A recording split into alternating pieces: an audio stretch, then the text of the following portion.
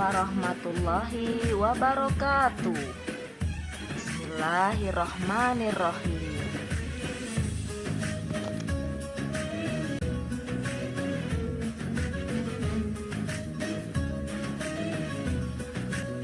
Jumpa lagi dengan Ibu Juharoh, Guru Pendidikan Agama Islam dan Budi Pekerti dalam pelajaran 3 subtema 3, indahnya saling menghargai.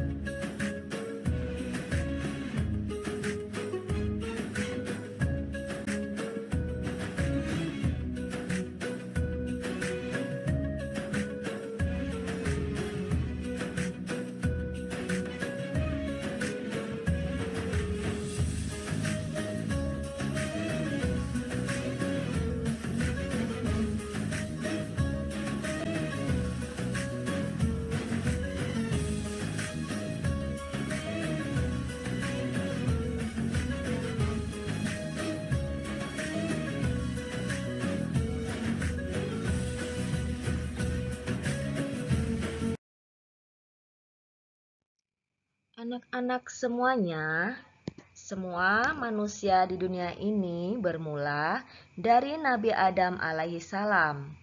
Kemudian manusia berkembang, di antaranya adalah kita. Allah Subhanahu wa Ta'ala menciptakan manusia itu berbagai macam bentuk dan warna. Ada yang putih, ada yang hitam, tinggi, rendah, berambut keriting dan berambut lurus.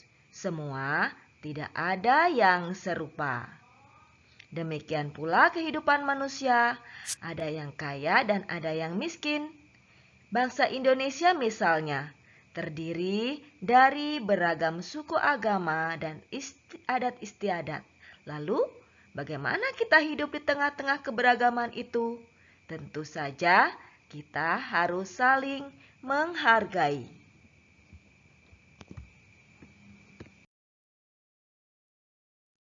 Makna saling menghargai adalah sikap saling menghormati, mengindahkan, dan memandang penting orang lain.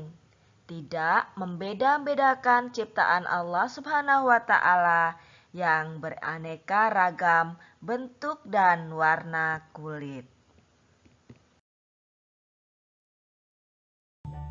Kemudian bagaimana contoh dari sikap saling menghargai kepada orang lain? Contoh yang pertama adalah menghargai pendirian orang lain. Setiap orang pasti memiliki pendiriannya masing-masing. Meskipun sama agamanya, tapi sudah menjadi sunatullah, pastilah ada perbedaan pendirian di dalamnya. Misalnya di dalam agama Islam terdapat sedikit perbedaan dalam beribadah sholat subuh. Ada yang melakukan doa kunut dan ada yang tidak melakukannya. Semua itu tergantung pada pendirian masing-masing. Pendirian inilah yang harus kita hargai karena semua ada tuntunannya. Yang terpenting adalah dilaksanakannya sholat subuh sesuai dengan tuntunan Islam yang diyakininya. Mereka yang berkunut dan yang tidak berkunut tetap saja sah sholat subuhnya. Kemudian contoh yang kedua adalah menghargai keyakinan orang lain. Keyakinan yang dimaksud di sini bisa diartikan dengan agama. Di Indonesia saat ini ada 6 agama yang diakui, yaitu Islam, Katolik, Protestan, Hindu, Buddha, dan Konghucu. Semua itu adalah keyakinan yang harus kita hargai. Contoh menghargai keyakinan ini adalah menghormati dan menghargai perayaan hari besar keagamaan. Mempersilahkan teman yang berbeda agama untuk melakukan ibadah sesuai keyakinannya. Dan mengadakan silaturahmi dengan teman yang berbeda agama. Kemudian contoh selanjutnya adalah menghargai pendapat orang lain. Setiap orang memiliki pengalaman, pengetahuan, dan keterampilan yang berbeda-beda. Oleh karenanya, sangat wajar apabila pendapat setiap orang pun berbeda-beda. Contohnya, marilah kita perhatikan percakapan antara Ahmad dengan teman-temannya ketika belajar kelompok membahas tentang sikap anak terhadap orang tua, yaitu ayah dan ibu.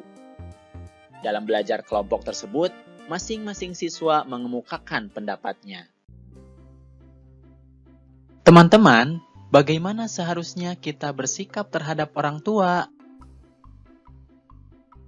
Menurutku, kita harus ikut membantu pekerjaan rumah, kata Nisa. Kalau menurutku, kita tidak boleh keluar rumah tanpa seizin orang tua, kata Habibi. Kalau di rumahku, tugasku hanya belajar saja, kata Ilham. Kalau aku, yang penting aku tidak boleh meninggalkan sholat dan mengaji, kata Iwan. Baik teman-teman, terima kasih atas jawaban kalian. Meskipun berbeda-beda, tapi kita harus saling menghargai pendapat ya. Oleh karenanya, mari kita rangkum semua pendapat kita. Nah, anak-anakku sekalian, setelah kalian dapat menjelaskan makna dari sikap saling menghargai dan telah menyebutkan contoh-contoh dari sikap saling menghargai, nah anak-anak juga diharapkan dapat menunjukkan sikap saling menghargai di dalam kehidupan sehari-hari.